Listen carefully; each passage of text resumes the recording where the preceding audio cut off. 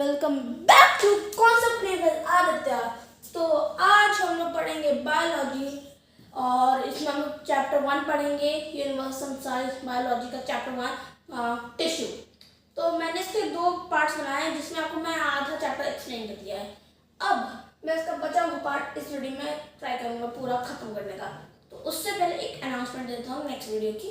Next video में मैं आपको फिजिक्स कराऊंगा जिसमें बुक का नाम है सेलिना। तो सेलिना में जो चैप्टर 1 है क्लास 7 में physical quantities and their measurements, यह चैप्टर कहूँगा। यह चैप्टर मैं आपको उसकी नेक्स्ट वीडियो में एक्सप्लेन करूँ। उससे पहले मैं आपको इसके क्वेश्चन कराऊंगा, जैसे इसमें डेंसिटी के, मास, वॉल्यूम और स्पीड के क्वेश्चन है। इन सबको मैं आपको फुल्ली कम्प्लीटली सारे फॉर्मूलाज के साथ कंप्लीट करूँगा और एक ट्रिक बताऊँगा, वो नेक्स्ट वीडियो में बताऊँगा, ठीक है। उससे पहले आज का हम बायोलॉजी कंप्लीट करेंगे full try. So let's begin. So आज आप लोगों ने एक चीज़ नोटिस की होगी कि मैंने इसमें मैंने क्या है, इसमें मैंने आज रेड पेन से किया क्योंकि मेरा ब्लैक मार्कर ख़त्म हो गया था और मेरा ब्लू मार्कर भी नहीं था।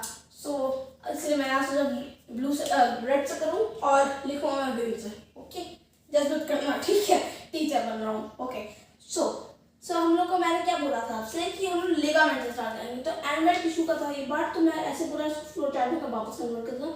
एनिमल टिश्यू के होते हैं कि 2 बेटे, इसके होते हैं 4 बेटे। इनके नाम है एपिथेलियल टिश्यू,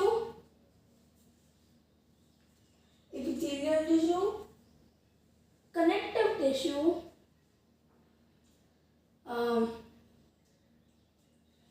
मस्कुलर टिश्यू और एंटी नर्वस टिश्यू। ओके, सो अभी पहले हम लोग ने इसको पूरा कंप्लीट कर दिया था। ये टॉपिक हमारा कंप्लीट था। नेक्स्ट हम लोग को इसका आधा हम लोग कर दिएगा। इसमें हम लोग कंप्लीट कर दिए थे फाइब्रस कनेक्टिव टिश्यू में लिगामेंट्स हम लोग को स्टार्ट करना। फाइब्रस कनेक्टिव टिश्यू के एपिडोप्स एंड अरियोला हम लोग ने दोनों को खत्म कर दिया था। अब हम लोग की बारी है लिगामेंट्स को। तो लिगामेंट्स को स्टडी करने से पहले मैं इसका फ्लो चार्ट बनाता हूँ। So what are ligaments? So इसके पहले एक बार फ्लो चार्ट देख लेते हैं।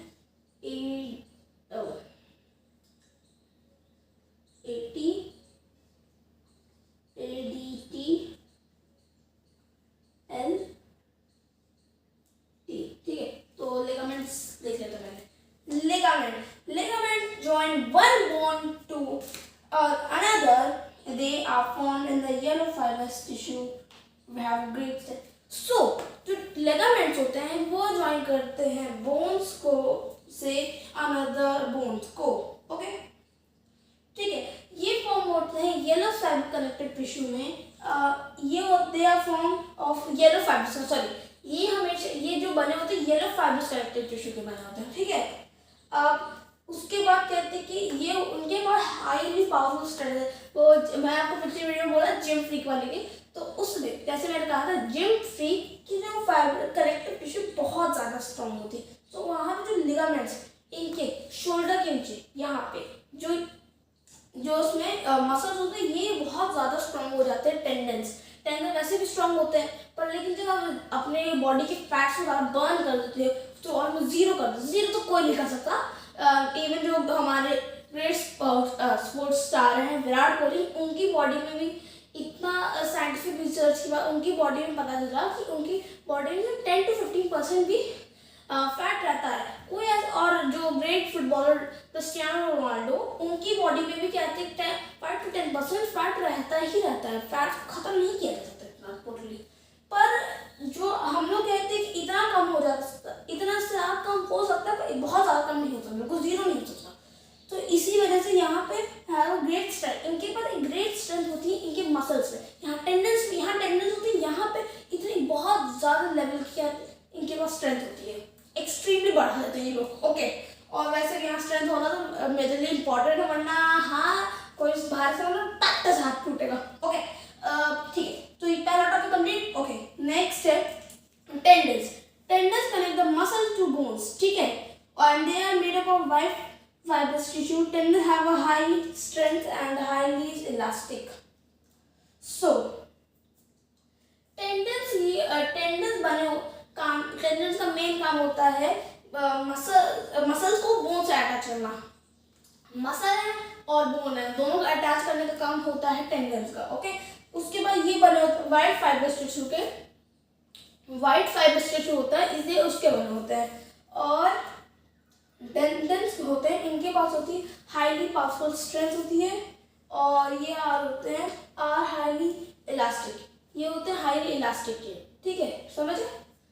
ये कुछ लोग नहीं समझ पाएंगे, मैं पहले बताती हूँ. इलास्टिक मतलब ये स्ट्रेचेबल वर्ड सुने होंगे. स्ट्रेचेबल है कि स्ट्रेचेबल होता है, तो ये स्ट्रेचेबल होते हैं. ये भी हाथ पे इस पार्ट पे होते हैं, ये भी हाईली स्ट्रेचेबल होते हैं. ठीक है, ओके, तुम्हारे ये वाला भी topic complete.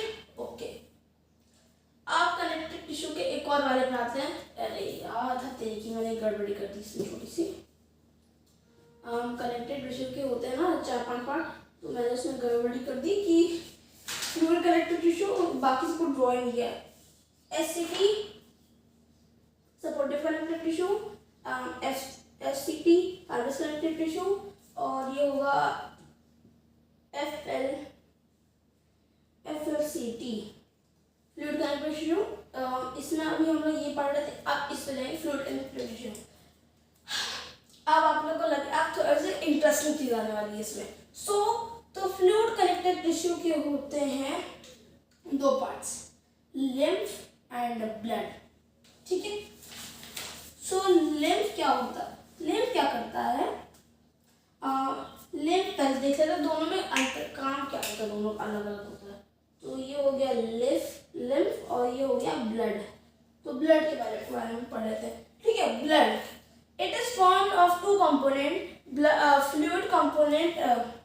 fluid component like plasma and the living component like platelets, RBC and white WBCs. ठीक है, okay. Red blood cells are responsible for carrying oxygen to all the body parts and carrying out the carbon dioxide from all different body parts. ठीक है, उसके बाद white blood cells का काम ये होता है कि जो फॉरेन बॉडीज, जो बैक्टीरिया, ये सब वो बॉडी को प्रोटेक्ट करने का एक मात्र काम इनका होता है. ठीक है, उसके बाद प्लेटलेट.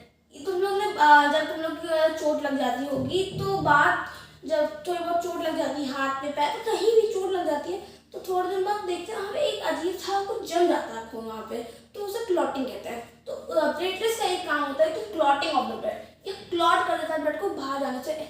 जब तुम लोग ने कभी का किसी का हो ना, पर लेकिन एक सिचुएशन था, जब किसी को चोट लग जाए, एक्सीडेंट हो जाए, तो कभी कभार या तो आपकी नस फटने से कहते हैं आपकी डेथ हो सकती है, या फिर सर चोट लगने से आपकी डेथ हो सकती है.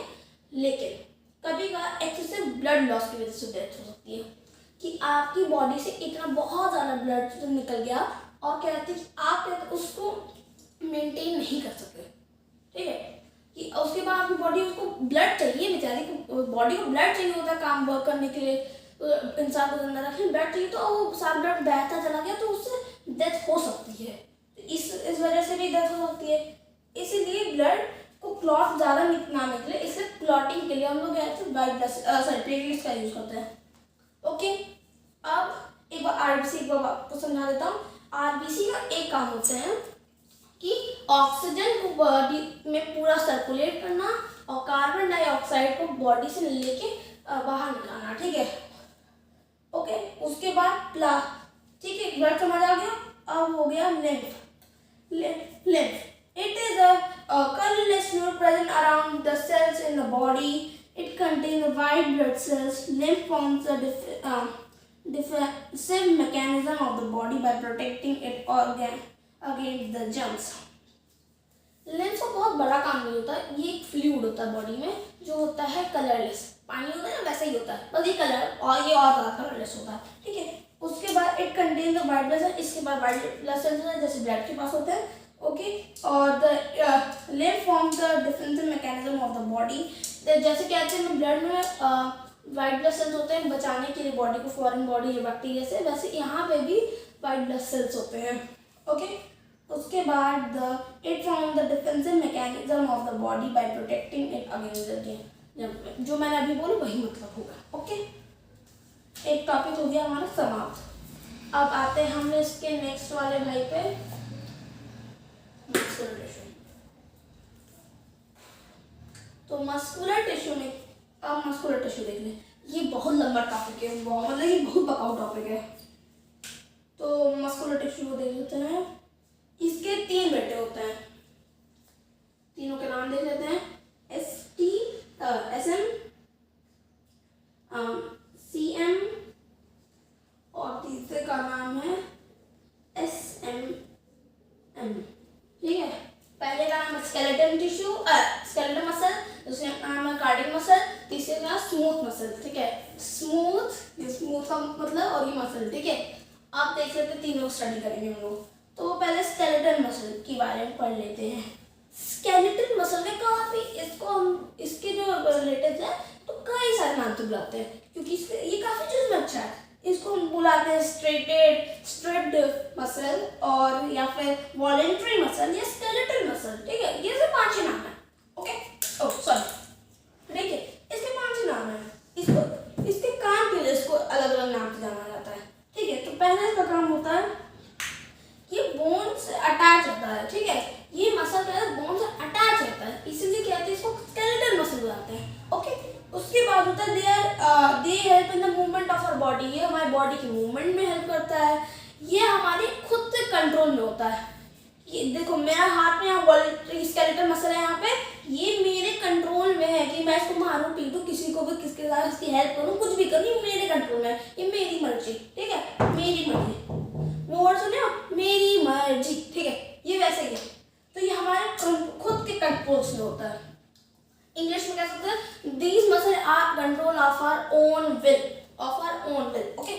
उसके बाद that is why they are known as the voluntary muscle. अभी मैंने बोला इसलिए इनको वॉलंटरी मसल्स कहते हैं। उसके बाद skeletal muscles have the cell which are multi nucleate. Multi nucleate का मतलब जो इनके मसल्स बहुत सारे अमाउंट, बहुत ज्यादा। ठीक है, ये होते हैं बहुत सारे, इनके बहुत सारे। इसके पर एक और खासियत है, इसके पास जब ये मसल देखोगे तुम लोग, इसके पास एक खासियत है कि इसमें इनकी जो मसल्स होती है इस पे ऐसी स्ट्रेट लाइन होती है। जैसे मान के लिए मसल है, जज मत करना भाई, ड्राइंग खराब मेरी। ठीक है, इसके बाद ऐसे ऐसे लाइन बनी रहेगी, बहुत पत्ती ऐसे बहुत सारी लाइन बन जाएगी। तो इसीलिए इसको कहते हैं स्ट्रिप्ड और स्ट्रेटेड मसल। ओके, और इन जो dark bands, light and dark bands को हम लोग क्या कहते हैं, स्ट्रेशियंस। इसलिए हम लोग इसे कहते हैं स्ट्रेटेड और स्ट्रिप्ड मसल्स। ओके, ठीक है। उसके बाद हम इसके दूसरे बेटे को पढ़ेंगे, क्या नाम है, स्मूथ मसल्स। ठीक है, स्मूथ मसल है, इसके भी बहुत सारे नाम है, लोग भी काफी सारे नाम जानते हैं। इसका पहला नाम है स्मूथ मसल, दूसरा नाम है इनवॉल्यूंटरी मसल और तीसरा नाम है अनस्ट्रेटेड मसल। ठीक है, इसको काफी सारा इसलिए जाना जाता है। Smooth muscle are found in internal body. देखो, इंटरनल बॉडी में आप बहुत सारे पार्ट्स आते हैं, जैसे कि स्टमक, किडनी, लीवर, हार्ट, बहुत सारी। हार्ट मतलब उसमें कार्डियक मसल होती है। ठीक है, तो इसमें बहुत सारे पार्ट आते हैं। स्मूथ मसल्स, इसको हम लोग इसलिए इसको स्मूथ मसल्स कहते हैं। दूसरी बात, इसके ये हमारे खुद के कंट्रोल में नहीं होता। जैसे कि मैंने बोला कि स्केलेटल मसल में कंट्रोल में होती है भाई, ये मैं इसको कुछ भी करूँ, मारूं, पीटूं, किसी को इसके साथ कुछ भी करूँ, ये मेरे कंट्रोल में है। ठीक है, पर इसमें ये बात नहीं होती। अब ये हमारी बॉडी की इंटरनल ऑर्गन्स में लीवर स्टमक इस सब में होता है। तो मैं ऐसा थोड़ी कहूँगा कि लीवर बाइल बनाना बंद कर दो, वो बंद नहीं करेगा यार, हमारी पूरी जान पर डिपेंड करती है। तो ये हमारे खुद के कंट्रोल में नहीं होती। ओके, उसके बाद ये इसलिए इनको हमने इनवॉल्यूंटरी मसल नाम दिए हैं। ठीक है, इंग्लिश में कहोगे these muscle are not control of our own will, that is why these muscle are called an involuntary muscles. Okay, these muscle help in the movement of our urine to urinary bladder. इनका एक काम होता है कि हमारे urine को urinary bladder में डालते हैं, या फिर ये इनका एक और काम होता है कि हमारे फूड है स्टमक से इसको हमें इंटेस्टाइन डालने का, इनका एक और काम है मूवमेंट। इन मसल के बाद जो आपने वर्ड सुना है स्ट्रेशंस, पिछले वाले में आपको बोला था मैंने जो लाइट एंड डार्क ब्लैक इसको स्ट्रेशन कहते हैं ना, तो इस मसल के पास ये नहीं होता, तो इसलिए इसको अनस्ट्रेटेड मसल कहते हैं। ओके, अब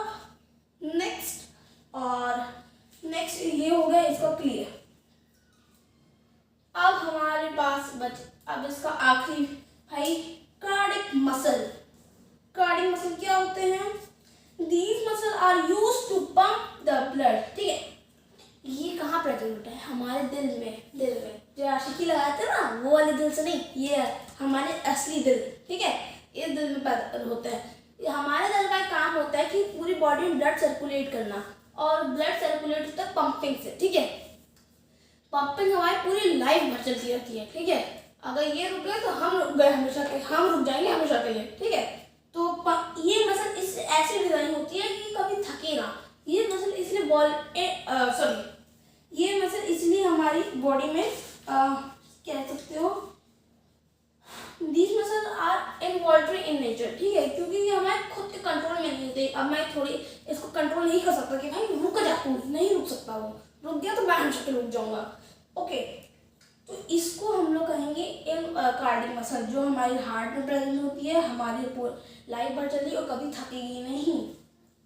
ये मसल होती है यूनिन्यूक्लियर। ठीक है, ओके, और ये एक स्पेशलाइज्ड, मैंने अभी बोला ना पूरी लाइफ भर चलती है, इसको स्पेशलाइज किया गया है।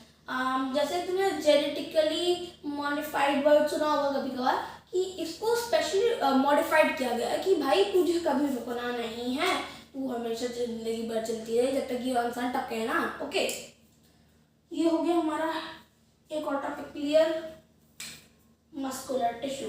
अब आखिरी भाई नर्वस टिश्यू।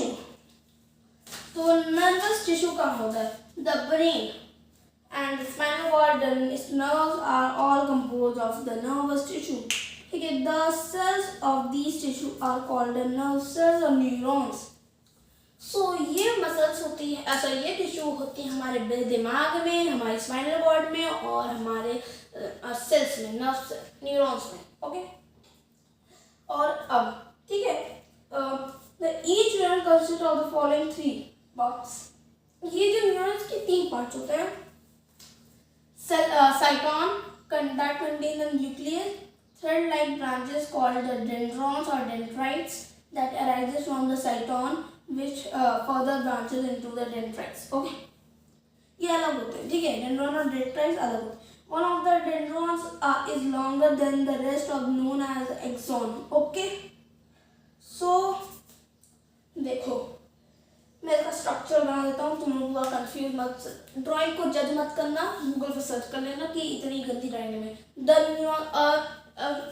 सर्च करना, 50 मिनट बनाऊंगा, अपने आप शो कर देगा। ओके, ये होता है ऐसे।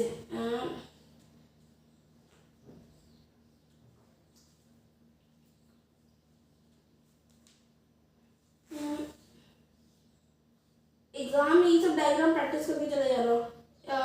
डायग्राम आएंगे इस बार और भी बहुत सारे हैं। ये हो गया, उसके बाद यहाँ से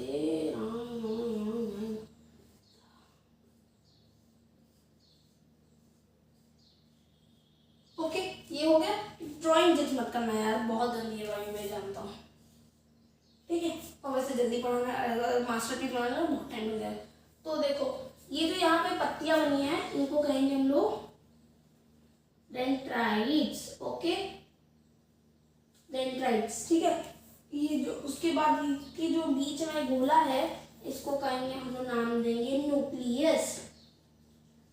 ठीक है, इसके बाद जब हम लोग यहाँ पे इसकी जो मैंने अंडर टाइप का बनाया है, ये वो होते हैं, और इनको कहेंगे हम लोग एक्सॉन। ठीक है, इनके नाम है एक्सॉन। ओके, इसके बाद जो ये जो उसके पत्ती का ये अंदर वाला है ना, इसको कहेंगे हम लोग साइटोन।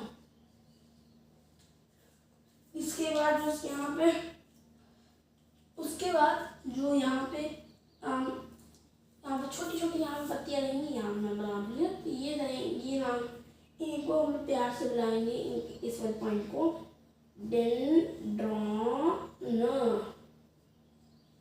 ठीक है,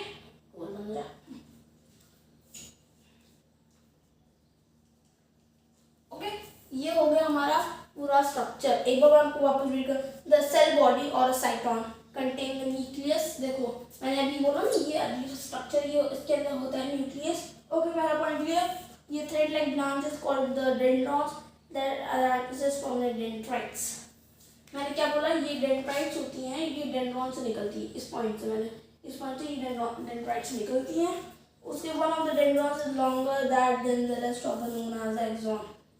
ठीक है, जो ये मैंने बोला अन्य टाइप का स्ट्रक्चर है, इसको एक्सॉन कहते हैं। ये होती है one of the dendron is longer the rest of the ones. ये सबसे बड़ी होती है। Okay, an individual nerve cell may be up to the meter of long, many nerve fibers together form a nerve।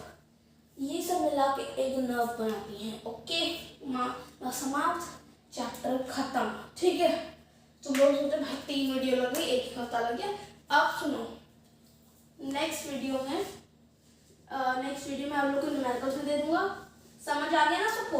उसके बाद next video में मैं आपको दे दूंगा इसके इस वीडियो में आपको एक और चीज दे दूंगा, इसके आंसर्स। ठीक है, एक चीज और देता हूँ, आंसर देता हूँ क्वेश्चन। बुक का नाम ध्यान से सुनो। ठीक है, मेरी बुक में है ये यूनिवर्सल साइंस बायोलॉजी का चैप्टर 1 है टिश्यू, क्लास ICIC। ठीक है, याद रखना, रूपल ओझा की बुक है, तो ये वाली बुक में ये क्वेश्चन मिल जाएंगे आपको same. The mature cells is incapable of the self division. तो इसमें 3 ऑप्शन, पैरेन्काइमा, स्क्लेरेन्काइमा, कॉलिन्काइमा। तो आंसर 1 का है ए ऑल। ठीक है, सेकंड का आंसर है tissue responsible for the elongation in the root and the stem tip is called, कौन सा स्टेप कहते हैं? मैंने क्या बताया था? Apical meristem. आंसर इसका होगा apical meristem, B1 apical. Okay, third वाला मेरिस्टेम ऐसे दे दो। ठीक है, एम से मत जाना। उसके बाद है an animal tissue that pours with the blood cell and with the phosphate and the carbonate and magnesium called the, इसको क्या करते हैं?